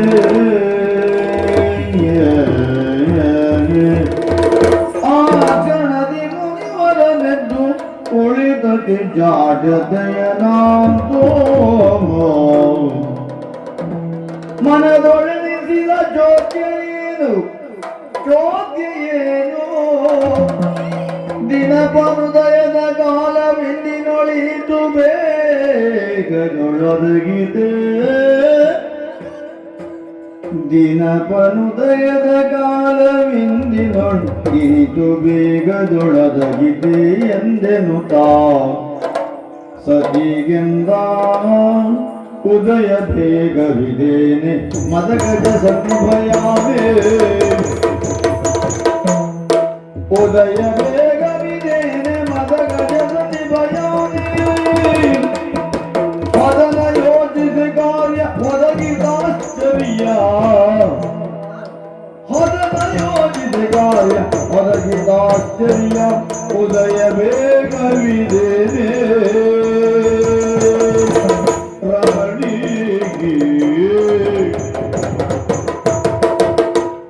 ಸ್ವಾಮಿ, ಅಗತ್ಯ. ಹಾ, ಇದು ಎಚ್ಚರವೋ ಸ್ವಪ್ನವೋ? ಸ್ವಪ್ನ ಬಹುಶಃ. ಆ? ಅಲ್ಲ, ಮೈ ಅಲಗಿಸಿ ಎಬ್ಬಿಸಿದ್ದೇನೆ, ಎಚ್ಚರವೋ ಸ್ವಪ್ನವೋ ಅಂತ ಕೇಳ್ತಾ ಇದ್ರಲ್ಲ ರಮಣ. ನನಗೆ ಮೈ ಅಲಗಿಸುವಾಗ ನೀನು ತಟ್ಟಿ ಮಲಗಿಸ್ತಿ ಅಂತ ಆಲೋಚನೆ ಮಾಡಿದ್ದೆ. ಅದು ರಾತ್ರಿಯ ಕಾಲವಾದ್ರೆ ಹೌದು, ಇದು ರಾತ್ರಿಯ ಬೆಳಗ್ಗಾಯ್ತು. ಇದು ಏನು ರಾತ್ರಿ ಕಾಣುತ್ತಾ ಉಂಟಮ್ಮ? ನಿಮಗೆ ಕೋಳಿ ಕೂಗಿದ್ದು ಕೇಳಲಿಲ್ವಾ? ಏ, ಅದು ಹಾಗೆ ಕೆಲವೊಮ್ಮೆ ಕೆಲವೊಂದು ಪ್ರದೇಶದಲ್ಲಿ ಕೆಲವೊಮ್ಮೆ ಸೂರ್ಯ ಉದಯ ಆಗುವ ಪೂರ್ವದಲ್ಲಿ ಇದು ರಾತ್ರಿಯ ಹಗಲ ಅಂತ ಗೊತ್ತಾಗುವುದಿಲ್ಲ. ಯಾವಾಗಲೂ ಹಾಗೆ ಅದು ತಿರುಗಾಟ ಹೆಚ್ಚಾಯ್ತು ಸ್ವಲ್ಪ. ಅಲ್ವಾ? ಹಗಲು ಯಾವುದು ರಾತ್ರಿ ಯಾವುದು ಅಂತ ಗೊತ್ತಾಗೋದಿಲ್ಲ. ಆಗುದಿಲ್ಲ. ಇಲ್ಲಿರುವಂತಹ ಕೇವಲ ವಿದ್ಯಾರ್ಥಿಗಳಿಗಷ್ಟೇ ಗುರುಪದೇಶ ಅನ್ನೋದು ಉಪದೇಶ ವೇದವಿದನಾಗಿ ಅಲ್ಲ, ಕುಲಗುರುಗಳು ತಾವಲ್ಲಿ ಅಲ್ಲಲ್ಲಿರುವಂತಹ ಬೇರೆ ಬೇರೆ, ಹೌದಾ, ಗುರುಕುಲಕ್ಕೆ ಹೋಗುವಂತಹದ್ದು, ಉನ್ನತ ವಿದ್ಯಾಭ್ಯಾಸವನ್ನು ಉಪದೇಶ ಮಾಡುವಂತಹದ್ದು, ಪರಿವ್ರಾಜಕನಾಗಿ ಸಾಗಿ ಬಂದು ಕೆಲವು ದಿವಸ ಆಯ್ತು ನಾನು ಆಶ್ರಮದಲ್ಲಿ ಇಲ್ಲದೆ. ಹೌದಪ್ಪ. ಇವತ್ತು ನಿನ್ನ ಉಪಚಾರ, ಹಾ. ರಾತ್ರಿಯ ನಿನ್ನ ಒಂದು ಗಂಜಿ ಊಟ ಉಂಟಲ್ಲ, ಹೇಗಿತ್ತು ಅಂತ ನಾನು ವರ್ಣಿಸಲಿಕ್ಕೆ ನಿದ್ರೆಗೆ ಹೋಗಿದ್ದೇನೆ. ಆ ಊಟದ ಕುರಿತಾಗಿ ನಿನ್ನ ಹತ್ರ ಮಾತಾಡಬೇಕು ಅಂತ ಆಲೋಚನೆ ಮಾಡಿದ್ದು, ಹಾಗೆ ರಟ್ಟೆಯನ್ನು ದಿಂಬನ್ನಾಗಿಸಿ ಮಲಗಿದ್ದು ಗೊತ್ತೇ ಆಗ್ಲಿಲ್ಲ. ಕಲ್ಲಿನಲ್ಲಿ ಅರೆದು ಮಾಡಿದ ಅದು ಹೇಗಿತ್ತು? ಅದೇ ಒಂದು ಹಣ್ಣು ಸ್ವಲ್ಪ ನೋವಾಯಿತು. ಕಲ್ಲಿನಲ್ಲಿ ಅರೆದ ಕಾರಣ ಏನೋ ಒಂದು ಕಲ್ಲಿನ ಉರಿಯುತ್ತಾ ಇದೆ. ಅದೇ ಕಲ್ಲು ಹಾಗಿರ್ತದೆ, ಯಾವಾಗ್ಲೂ ಮಾಡುದು. 10,000 ಮಕ್ಕಳಿಗೆ ನಾನು ಪ್ರತಿನಿತ್ಯ ಊಟ ಹಾಕುವವಳು, ನಿಮಗೆ ಮಾತ್ರ ಕಲ್ಲು ಸಿಗುವುದು ಹೇಗೆ? ನನ್ನ ಹೆಂಡತಿ ಕಲ್ಲಿನಿಂದಲೂ ಬೆಣ್ಣೆ ತೆಗೆಯುವವಳು, ಇವರು ಸಾಧಾರಣ ಇಲ್ಲ ಇವರು. ಅಲ್ಲ, 10,000 ವಿದ್ಯಾರ್ಥಿಗಳಿಗೆ ದಿನ ಹಾಕ್ತೇನೆ ಅನ್ನ. ಹೌದೌದು. ಅವ್ರು ಯಾರಿಗೂ ಕಲ್ಲು ಸಿಗದೆ ಹೋದದ್ದು ನಿಮಗೆ ಸಿಗುವುದು ಹೇಗೆ? ಅದು ಬಹುಶಃ ನನಗೆ ಸಿಗಲಿಕ್ಕೆ ಬೇಕಾಗಿ ಮಾತ್ರ ಹುಡ್ಕೊಂಡದ್ದ ಹೇಗೆ ಆ ಕಲ್ಲು? ಅದು ಹಾಗಲ್ಲ, ಕೊಲ್ಲನ್ನೇ ಹುಡುಕಬೇಕು ಅಂತ ಹೋದ್ರೆ ಸಿಗುವುದು. ಹೆಂಡತಿ ಹತ್ರ ಏನಾದ್ರು ಜಗಳ ಮಾಡಬೇಕಿದ್ರೆ ಅದೆಲ್ಲ ಕಾರಣ ಆಗುದು ಅಲ್ವಾ? ಇವತ್ತು ಹಾಗಲ್ಲ, ವಿನೋದಕ್ಕಾಗಿ ಹೇಳಿದೆ. ಆದ್ರೆ ಯಾವುದೋ ಕಾಡು ಕೋಳಿ ಇರ್ಬೇಕಂತ. ಕಾಡು ಕೋಳಿಯ ಅಲ್ಲ, ರಾಕ್ಷಸರ ಮಾಯೆ. ಹೌದಾ? ಕಾಡು ಕೋಳಿ ಎಲ್ಲಿಯೋ ಹೊಂಚು ಹಾಕ್ತಾ ಉಂಟ. ಹೇಗೆ ಇವ ಮಲಗುದು ಬೇಡ, ಇವನನ್ನು ಎಬ್ಬಿಸುವ, ಹೇಗೆ ಅದಕ್ಕೆ ಹೇಗೂ ನಿದ್ರೆ ಬರುವುದಿಲ್ಲ, ಇವನಿಗೂ ನಿದ್ರೆ ಬರಬಾರದು ಅಲ್ಲ ನನಗೆ ಅನ್ನಿಸುವುದು. ಅಲ್ಲಿಯ ನನ್ನ ಕೊಟ್ಟಿಗೆ ಒಂದು ಹಸು ಕಟ್ಟಿದ್ದೇನೆ. ಮಕ್ಕಳಿಗೆ ಹಾಲು ಕುಡಿಲಿಕ್ಕೆ ಬೇಕು, ಮನೆ ಶುದ್ಧಕ್ಕೆ ಬೇಕು, ಯಾರಾದ್ರೂ ಬಂದ್ರೆ ಪಂಚಗವ್ಯ ಕೊಡ್ಲಿಕ್ಕೆ ಬೇಕು ಅಂತ ಯಾವುದೋ ಹುಲಿ ನನ್ನ ಹಸುವನ್ನು ಕದಿಲಿಕ್ಕೆ ಕಾಯ್ತಾ ಉಂಟಾ? ಎಲ್ಲಿಯಾದ್ರೂ ಉಂಟಾ? ಆಶ್ರಮ, ಗೌತಮ ಮುನಿಗಳ ಆಶ್ರಮ. ಹುಲಿಯೂ ಬಂದು ಹಸುವಿನೊಂದಿಗೆ ಒಂದಾಗಿರ್ತದೆ. ಆಲೋಚನೆ ಮಾಡಿ. ಹಾಗಾದ್ರೆ ಹುಲಿ ಹೊಂಚ ಹಾಕುದಲ್ಲ ಅಲ್ವಾ? ಹಾಗಾದ್ರೆ ಯಾವುದೋ ಎಲ್ಲಿಯೋ ಒಂದು ಮಂಡೂಕವನ್ನು ಹಿಡಿಲಿಕ್ಕೆ ವಿಷ ಸರ್ಪ ಸುತ್ತ ಹರಡ್ತದೆ. ಏನು ಸ್ವಾಮಿ, ಮಂಡೂಕವು ವಿಷ ಸರ್ಪವು ಒಂದಾಗಿ ಬೆಳೆಯುವಷ್ಟು ಸೌಹಾರ್ದತೆ ಹೊಂದಿರುವಂತಹ ಆಶ್ರಮ ಪ್ರದೇಶ ಅಲ್ಲವ ಇದು? ಪ್ರಸವ ವೇದನೆಯಲ್ಲಿರುವ ಮಂಡೂಕಕ್ಕೆ ಹೆಡೆ ಎತ್ತಿ ಆಶ್ರಯವನ್ನು ಕೊಡುವ ಸರ್ಪವನ್ನು ಕಂಡ ಆಶ್ರಮ ಇದು ಅಲ್ವಾ? ಆದ್ರೆ ಇಲ್ಲ, ನನಗೆ ಗೊತ್ತಿರೋ ಹೊತ್ತೆಷ್ಟು ಅಂತ. ಇಷ್ಟರವರೆಗೆ ಇಷ್ಟು ವರ್ಷದ ನಮ್ಮ ದಾಂಪತ್ಯದಲ್ಲಿ ನನಗನ್ನ ಎಬ್ಬಿಸಲಿಕ್ಕೆ ಉಂಟ ನೀನು? ಇಲ್ಲ, ಇದುವರೆಗೆ ಎಬ್ಬಿಸಲಿಲ್ಲ. ಇವತ್ತು ಎಬ್ಬಿಸುವ ಅನಿವಾರ್ಯ. ಬ್ರಾಹ್ಮಿ ಹೂ ಅರಳುವ ಮೊದಲೇ ನಾನು ಎದ್ದಾಯ್ತು, ಹೊರಟಾಯ್ತು. ಅಲ್ಲಪ್ಪ, ಇದು ಸುಮ್ಮನೆ ಎಂದಿನಂದದಿ ಸ್ನಾನಕ್ಕೆಂದು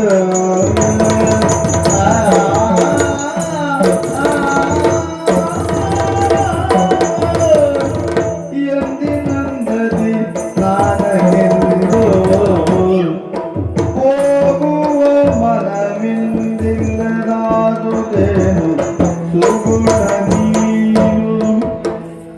ಹೋಗುವ ಮನವಿಂದಿಲ್ಲದಾದುದೇನು ಸುಗುಣ ನೀನು.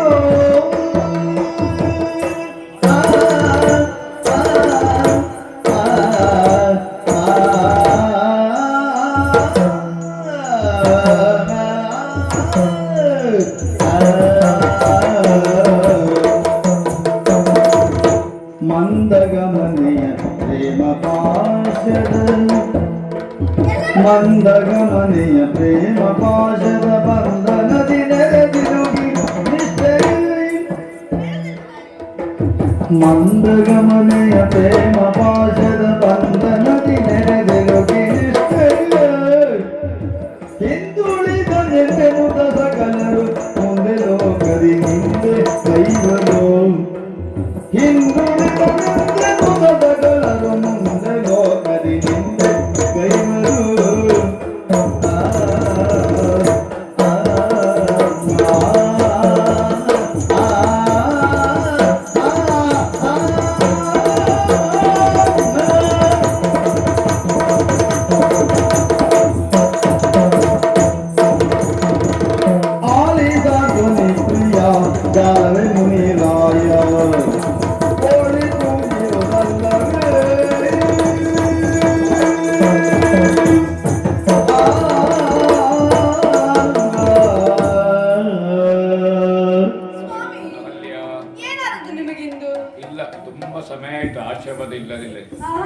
ಹಾಗಾದ ಕಾರಣ ಹಾ.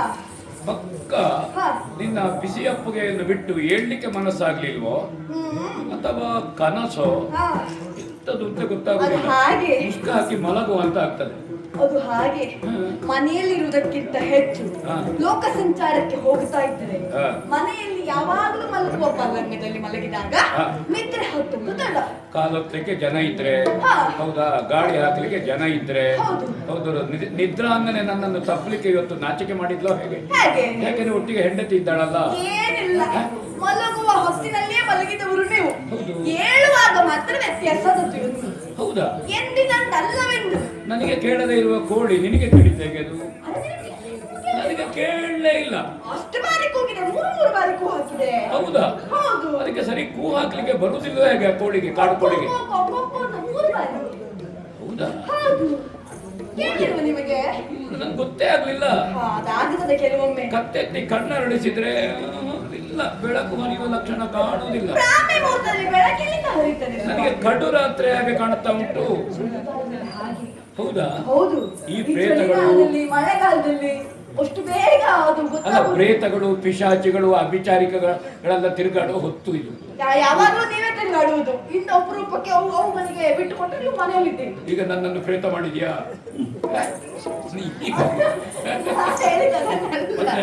ರಮಣ, ಓ. ಎಂದಿನಂದಲ್ಲವೆಂದು ಹೇಳುವುದ ಕಾರಣ ಏನು? ಯಾವಾಗಲೂ ತಾವು ಹ್ಮ್. ಬ್ರಾಹ್ಮಿ ಹೂವು ಅರಳುವ ಪೂರ್ವದಲ್ಲಿ ಹೌದು ಎದ್ದವರು ಹೌದು. ನರ್ಮದೆ ತೀರಕ್ಕಾಗಿ ಹೋಗಿ ಬ್ರಾಹ್ಮಿ ಹೀವು ಅರಳುವ ಹೊತ್ತಿಗೆ ನಾವು ಎದ್ರೆ ಹಾ. ನಾವು ಮಲಗುವಾಗ ಏನು ಸದಸತ್ ವಿವೇಕದಿಂದ ಇರ್ತೇವೋ ಹಾ. ಅದೆಲ್ಲ ಮರುದಿವಸ ಅರಳಿಕೊಡುತ್ತದೆ ಅಲ್ವಾ? ಹೌದು. ನಮ್ಮ ದಾಂಪತ್ಯವೆನ್ನುವುದು ಹಾಗೆ ಅರಳುತ್ತದೆ. ಮಲಗುವ ಹೊತ್ತಿಗೆ ಯಾರು ಸಾತ್ವಿಕ ಆಹಾರವನ್ನು ಪಾನೀಯವನ್ನು ತೆಕ್ಕೊಂಡು ಹಾ. ಸದ್ವಿವೇಚೆಯಿಂದ ಮಲಗುತ್ತಾನೋ ಹಾ. ಅವನಿಗೆ ಬೀಳುವ ಕನಸು ಹಾ. ಬೆಳಕಿನ ಜಾವದಲ್ಲಿ ಬಿದ್ದರೆ ನನಸಾಗ್ತದೆ ಅಂತ ಹೇಳಿ. ಅದು ಮಾತುಂಟು. ಹೌದು. ಆದ್ರೆ ಈಗ ನೀವು ಕನಸು ಕನಸು ಅಂತ ಅಂದುಕೊಳ್ಳೋದಲ್ಲ, ಇದು ನನಸನ್ನಲ್ಲಿಯೇ ಇದ್ದೀರಿ ನೀವು. ಎತ್ತಾಯ್ತು, ನಾ ಎಬ್ಬಿಸಿದ್ದೇನೆ. ಹೌದು ಸ್ವಾಮಿ. ಹಾ. ಹಾಗಾದ್ರೆ ಹಾ. ಇಂತಹ ಹೊತ್ತಿನಲ್ಲಿ ನೀವು ಪ್ರತಿನಿತ್ಯ ಮಾಡುವ ಕಾರ್ಯ ಏನು ಹೇಳಿ? ನರ್ಮದೆ ತೀರಕ್ಕಾಗಿ ಹೋಗುವುದು, ಹ್ಮ್. ಸ್ನಾನಗಳನ್ನು ಮುಗಿಸುವುದು, ಹ್ಮ್. ನಿತ್ಯಾದಿಗಳನ್ನು ಮುಗಿಸಿದ ನಂತರದಲ್ಲಿ ಹ್ಮ್. ಆ ಸೂರ್ಯದೇವನಿಗೆ ಅರ್ಘ್ಯವನ್ನು ಕೊಡುವುದು ಹ್ಮ್. ಪ್ರತಿನಿತ್ಯ ನೀವು ಮಾಡುವಂತ ರೂಢಿ. ಇದು ಎಷ್ಟೋ ವರ್ಷದಿಂದ ನೀನು ನಿತ್ಯ ಇದನ್ನ ಹೇಳ್ತಾ ಇದ್ದೆ. ನಾನು ನೋಡ್ತಾ ಇದ್ದೇನೆ. ಅಲ್ಲ, ನಾನು ಇವತ್ತು ಮಾಡ್ತಾ ಇದ್ದೇನೆ. ನಾ ಹೇಳ್ಬೇಕು ಅಂತಲೇ ಇಲ್ಲ, ನೀವಾಗಿ ನೀವೇ ನಾ ಹೋಗಿ ಹೊರಟ ಆಯ್ತು. ಮುಗಿಸಿ ಬರುವವರು. ಹೌದೌದು. ಆದ್ರೆ ಇಂದು ನಾ ಹೇಳುವ ಅನಿವಾರ್ಯ ಬಂದಿತ್ತು. ಏನು? ಯಾಕೆ ನೀವು ಹೇಳಲಿಲ್ಲ? ನೀವು ಒಂದು ವೇಳೆ ಇಂದು ಎದ್ದು ಹೋಗಲಿಲ್ಲ ಅಂತಾದ್ರೆ, ಇನ್ನು ನಿಮಗೆ ಜಡತ್ವವೇ ಆವರಿಸಿದೆ ಅಂತಾದ್ರೆ, ನಾಳೆ ಶಿಷ್ಯರೆಲ್ಲ ಏನು ತಿಳಿದುಕೊಳ್ಳುವುದಿಲ್ಲ ಹೇಳಿ? ಗುರು ಅಂತ ಹೇಳಿದ್ರೆ ಯಾರು ಹೇಳಿ? ಶಿಷ್ಯರನ್ನು ಗುರಿ ಮುಟ್ಟಿಸುವ ಗುರು. ಆ ಗುರುವೇ ಗುರಿಯನ್ನು ತಪ್ಪಿದ ಅಂತಾದ್ರೆ ಮತ್ತೆ ಶಿಷ್ಯರು ಗುರಿ ಮುಟ್ಟುವುದಕ್ಕೆ ಸಾಧ್ಯವೇ? ಆವಾಗ ಗುರುವಿನ ಮುಂದೆ ಶಿಷ್ಯರು ಗುರು ಗುರು ಆಗ್ತಾರೆ ಅಲ್ವಾ? ಹೌದೌದು. ನಾನು ಬೆತ್ತ ಹಿಡಿದ್ರು ಅವರು ನಂಬುದಿಲ್ಲ. ನಂಬುವುದಿಲ್ಲ.